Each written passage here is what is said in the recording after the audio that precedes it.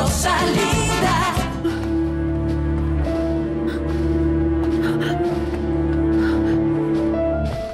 Anak! Anak! Nasaan ka? Nasaan ka, anak?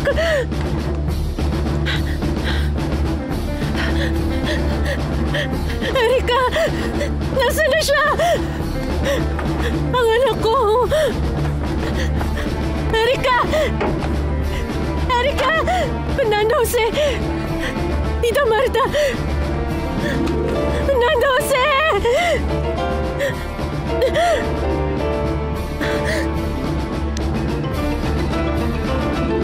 Diyos ko! Diyos ko!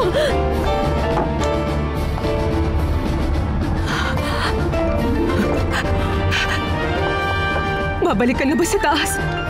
Para kausapin ang anak ko? Hindi! Huwag! Fernando Jose! Fernando Jose!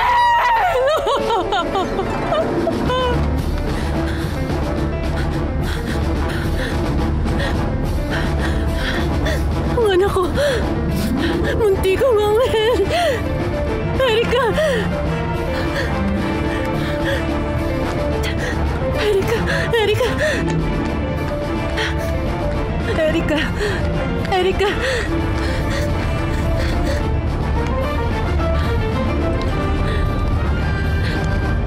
Nasaan ka na, mahal ko? Baby ko, nasaan ka na? Erika! Oo nga eh, kaya nga yun. Alam na, nakita niyo ba ang anak ko? May kumuha sa kanya. Kinuha nila sa akin ang anak ko. Hindi niyo ba alam kung nasan siya? Pakiusap, tulungan niyo ako. Si Erika, kinuha siya sa akin. Erika, nasan ka?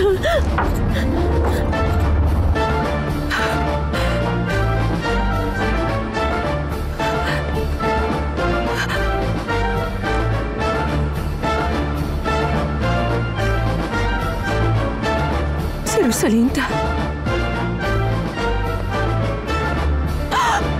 Ang bata! Diyos ko, nasaan na siya? Rosalinda! Rosalinda! Sandali lang po, tulungan niyo ako. Parang awa niyo na. Anong problema, Iya? Yung anak ko. Kinuha nila ang anak ko. Tulungan niyo ako mahanap ko ang anak ko. Dali na habang karga ko siya sa braso ko. May kumuha sa kanya. Dito lang kayo. Wala ba kayong narinig? Tulungan niyo ako. Tulungan niyo ako hanapin siya. Pakiusap. Tulungan niyo ako. Pakiusap. Erika. Erika. Erika. Erika. Erika.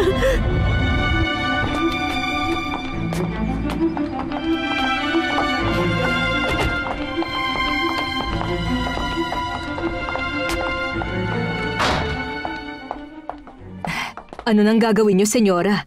Anong binabalak niyo rito sa anak ni Rosalinda? Hindi natin siya pwedeng iwan doon.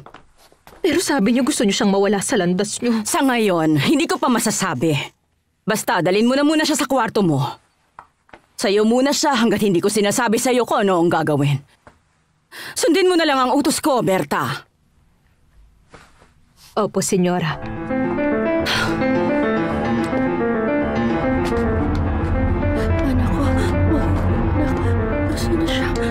Anak ko. Sandali ho. Nakita niyo ba ang anak ko? Pakiusap, tulungan niyo ako. Napakaliit pa niya. Hindi ko na alam. Nawawala ako. Pakiusap, tulungan niyo ako. Kailangan ako ni Erika. Kakapanganak ko lang kahapon. Tulungan niyo ako, pakiusap. Nasaan ang anak ko? Maawa kayo sa akin. Erika. Senyora, pakiusap, maawa kayo, tulungan niyo ako. Kinuha nila sa akin ang anak ko.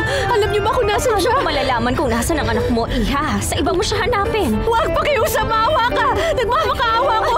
Tulungan mo ako. Bitiwan mo, pakiusap. Kailangan niyo ako tulungan. Mahanap si Erika. Tulungan niyo ako! Mga polis! Tulungan niyo ako! Erika. Erika.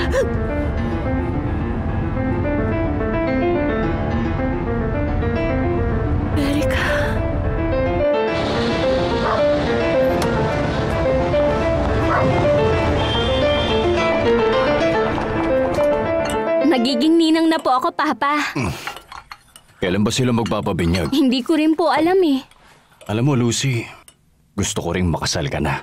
Para maging lolo na ako. Pero lolo na po kayo, Papa. Kasi may anak na si Rosalinda. Ay, oo. Tama. Nandito ba si Rosalinda? Bakit naman pupunta rito si Rosalinda? Oh, Diyos ko. Anong problema, Tita Marta? Wala sila sa bahay. Sina Rosalinda at ang anak niya. Saan sila nagpunta?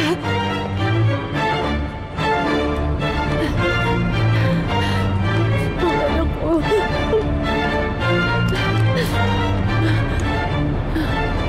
Mahal kong anak. Nasaan ka? Halika. Halika. Halika. Nawawala siya. Nasaan na siya? Nasaan ang anak ko si Erica? Nasaan na? Kanina lang nasa mga bisik pa kita. Pero ngayon, wala na.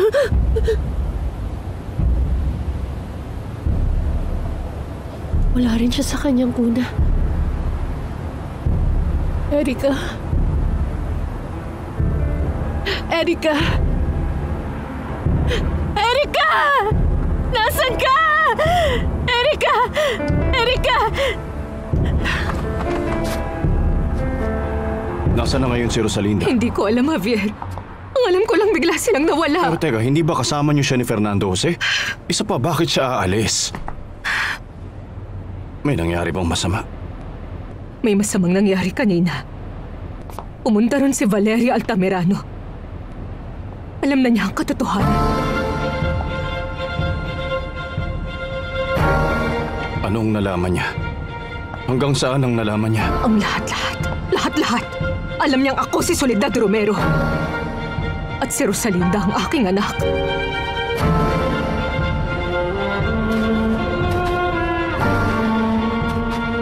Kawawa naman. Oo nga, kawawa. Ano kayang nangyari? Hindi ko rin alam. Halika na nga.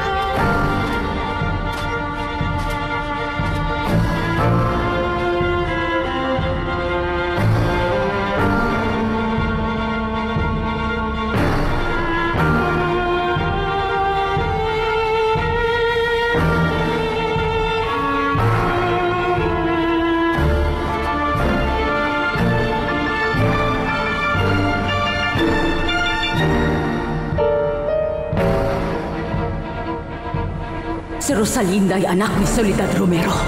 Ang pumatay sa iyong papa. Anak siya ni Soledad. Anak siya ni Soledad! Sinubukan kong pigilan si Fernando Jose pero wala rin kwenta. Tapos, nung bumalik ako sa apartment, wala nang tao ron. Wala na si Rosalinda at ang anak niya. Pareho silang biglang nawala ron. Ano kayang nangyari sa kanila? Sigurado akong may kinalaman sa nangyari si Valeria Altamirano.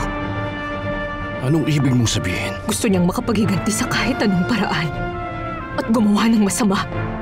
May kutob akong bumalik siya sa apartment para ipamukha kay Rosalinda ang totoo at namnamin ang pagdurusa niya. Nakuha na niya ang gusto niya. Ang sirain ang kaligayahan nila at paghiwalayin sila ni Fernando Jose. Nasaan na si Rosalinda, Javier? Saan naman kaya sila nagpunta ngayon ng anak niya? Kailangan natin siyang mahanap. Pero paano? Baka alam ng mama ni Fernando Jose kung nasan si Rosalinda. Oo, tama ka, Lucy. Baka nga alam niya. Lucy, gusto kong magpaliwanag. Hindi na po kailangan. May numero po ako ng telepono ng bahay ni Fernando Jose. Tatawagan ko ang mama niya ngayon din. Baka alam niya kung nasan si Rosalinda.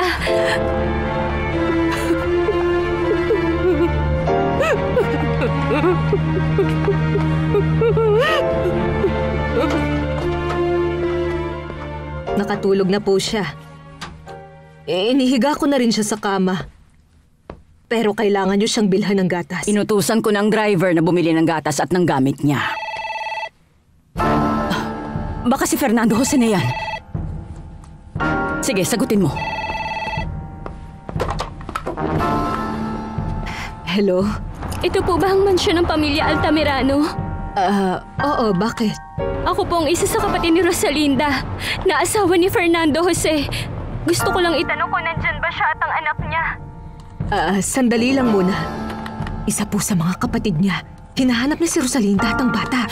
Sabihin mo sa kanya na wala kang nalalaman tungkol sa kanila. Naintindihan mo? Hello? Miss, wala akong alam tungkol sa kanila. Nawawala po kasi ngayon ang kapatid ko. Nandyan po ba si Fernando Jose?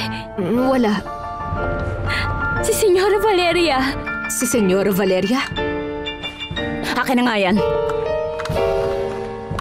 Sinabi na ni Berta na wala kaming alam tungkol sa kanilang dalawa. Huwag mo na kaming guluhin pa. Huwag ka nang tatawag ulit.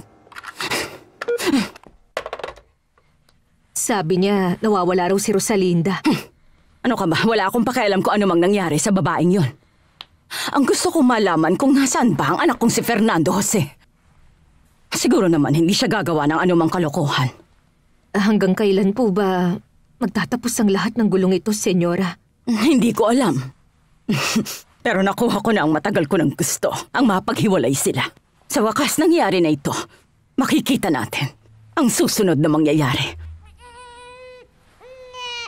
O sige na, puntahan mo na yung bata.